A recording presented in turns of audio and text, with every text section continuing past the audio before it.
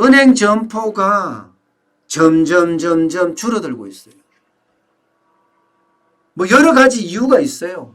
지금 뭐 은행 가서 사실 뭐 통장 개설하고 하는 사람 그렇게 많지 않잖아요. 지금은 뭐 비대면 통장도 개설하고요. 은행 안 가도 통장을 개설할 수 있거든요. 거기다가 인터넷으로, 그죠? 인터넷 뱅킹으로 대부분 다 활용을 하든가 아니면 모바일 뱅킹으로 활용을 하기 때문에 은행이 그만큼 힘들어진다는 이야기가 있을 정도입니다. 저는 이게 내년에 진짜 경제 위기 온다는 이야기를 여기서 저는 볼 수 있다고 봅니다. 자, 은행이 어떤 것입니까? 여러분.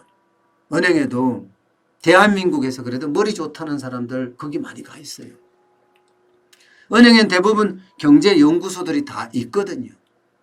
또 실제 실물 경제를 다루기 때문에 이 현장에 있는 자영업자, 중소기업, 그리고 중견기업, 대기업들 사람들하고 다 접촉한단 말입니다.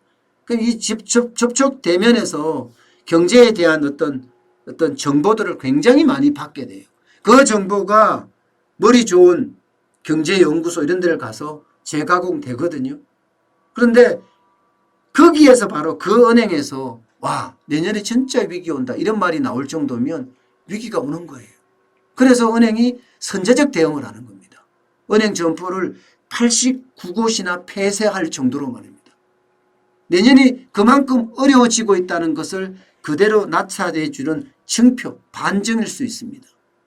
예, 은행이라는 곳 우리가 잘 알아야 되잖아요. 대기업이라는 곳 여기도 우리 잘 알고 있듯이 말입니다. 다시 말해서 머리 좋은 사람들이 다 모여 있는 곳, 그들끼리 경제에 대한 예측을 아주 잘하는 곳. 기업 입장에서는요, 기업 중심의 경제 예측을 하지만 은행은요, 현장 경기 중심의 대출을 해줘야 되니까 이게 기업뿐만 아니에요. 자영업자 아니면 개인, 가게, 뭐 심지어 중소기업, 중견기업 모두를 다 은행은 대면을 하고 만나고 그들에게 대출을 해주기 때문에 경기에 대해서는 은행만큼 아주 현장 경기 말입니다. 잘 대처하는 데가 없을 정도예요. 그런데 그 은행에서 내년에 진짜 위기 오니까 허리띠 졸라 매야 된다. 그러면서 은행 점포를 지금 89곳이나 폐쇄하기 시작했습니다. 그중에서도 서울에서만 47개 점포예요. 서울에서만 47개. 굉장히 많죠. 국민은행이 제일 큽니다. 물론 뭐 국민은행이 규모도 제일 크니까 그런데요. 37개 점포를 폐쇄를 하고요. 하나은행은 35개요. 신한은행과 농협은 7개씩 점포를 통폐합하고요. 우리은행은 3개 점포를 없앱니다. 예, 그만큼 점포에 들어가는 그죠? 비용을 줄여보겠다는 거예요. 여러분 은행 점포 하나 개설하려고 그러면 적어도 수억 원씩 들어갑니다. 수억 원씩. 유지하는데도요. 1년 유지하려고 하면 수억 원씩 유지를 해야 됩니다. 연봉이 얼마나 높습니까? 연봉이 뭐 1억 되는 사람들이 수두룩하잖아요.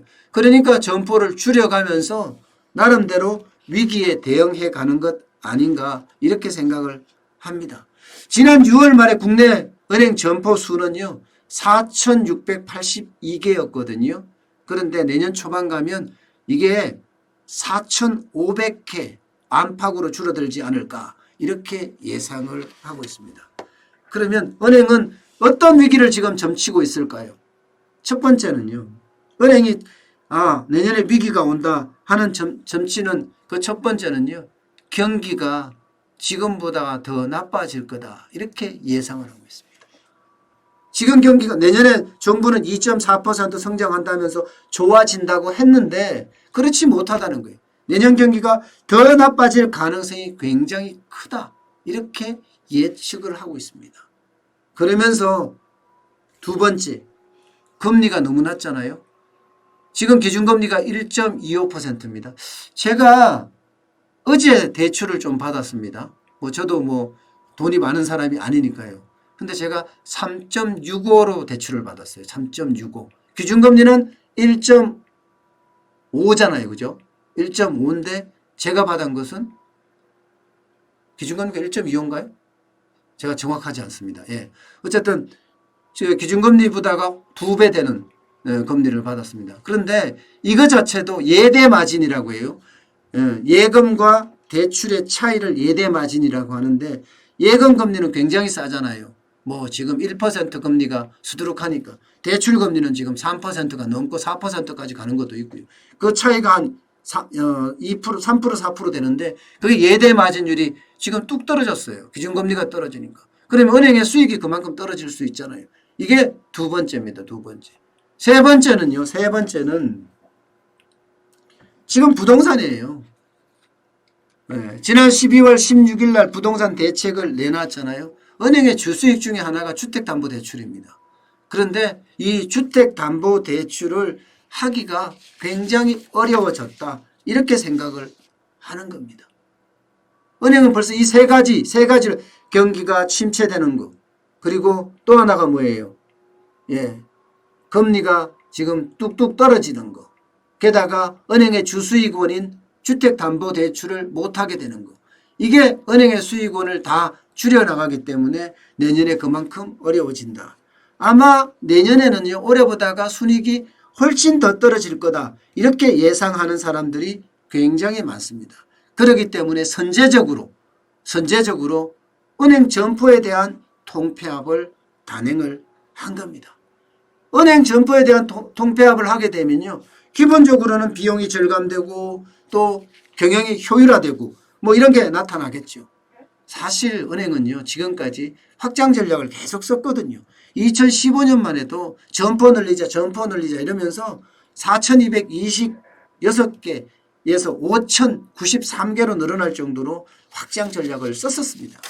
그런데 지금은 확장 전략 쓰면 안 된다. 이것도요. 금융당국이 금융소외계층 때문에 점포를 그만 줄여라 하고 권고를 했기 때문에 덜 줄이는 겁니다. 아마 은행 중심으로 봤을 때는요. 굉장히 많이 더 줄일 수도 있습니다. 2018년 초에는 27개, 원래는 17개밖에 안 줄인 거예요. 실질적으로 경영을 감안해서 줄인다 그러면 훨씬 더 줄일 수도 있습니다. 그만큼 지금 은행 쪽에서도 굉장히 어려움을 호소를 하고 있을 정도입니다. 내년 경기가 그만큼 좋지 않다는 이야기를 그대로 드러낼 수 있는 이야기고요. 한국경제연구원이 조사한 것을 보면요. 실제 내년 1월에 경기 실사지수 BSI요. 기업 경기 실사지수가 뚝 떨어졌습니다. 90.3이에요. 90.4. 90.3이면 이게 100이 기준이거든요. 100보다가 높으면은 경기가 좀 좋아질 거다 예상하는 거고요. 100보다 낮으면 경기가 좀 어려워질 거다 예상하는데 이게 90.3이니까 굉장히 좋지 않죠. 실질적으로 보면요. 부문별로 실질적으로 보면 내수가 그만큼 떨어집니다. 91.7이에요. 굉장히 부정적이죠. 수출은 조금 나아요. 94.5고요. 투자도 95.2, 생산성도 95.8, 자금은 97. 돈은 조금씩 늘어난다는 이야기죠. 고용은 97.5예요. 이게 뭐 세금주도 성장이라고 이야기하는 거죠. 재고는 101.8입니다. 재고가 100을 넘잖아요. 재고는 100을 넘으면 좋은 게 아닙니다. 재고량이 그만큼 많아진다는 뜻이에요. 재고량. 재고는 100 밑으로 떨어져야 됩니다.